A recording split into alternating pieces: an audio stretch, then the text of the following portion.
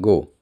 But according to the medical evidence, injuries on PW2 were caused on the evening previous to the morning of June 24th. This takes away the basis on which he was accepted by the trial court and the High Court as an eyewitness, notwithstanding his proclivity to mix up falsehood with truth.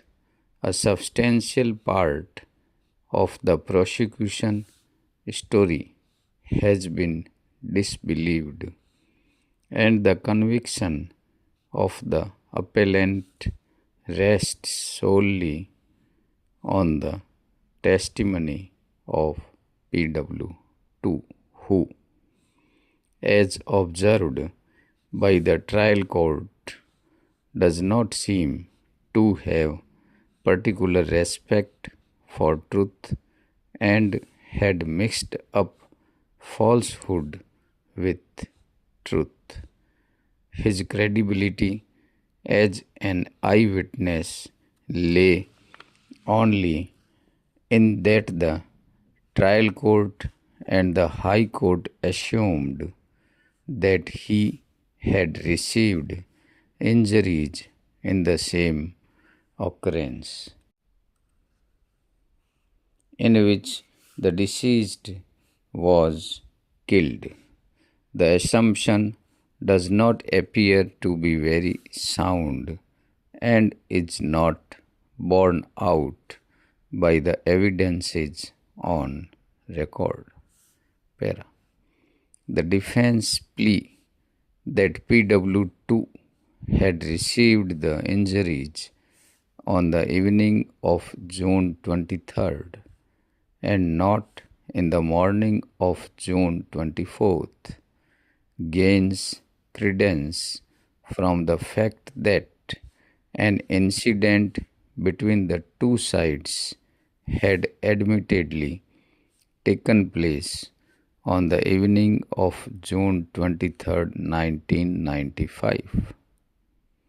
In the face of this admitted position and the medical evidence, it is difficult to accept that the injuries found on the person of PW2 were received by him in the morning of June 24th. From this, either of two inferences would logically follow. 1. PW2 was not present at the occurrence in which the deceased was killed in the morning. The occurrence in which the deceased was killed did not take place in the morning of June 24th, and he was not killed in the manner as suggested by the prosecution. Both the inferences are equally damaging to the prosecution case. In view of the facts and the circumstances, it would be highly unsafe to uphold and sustain the appellant's conviction for the offense of murder.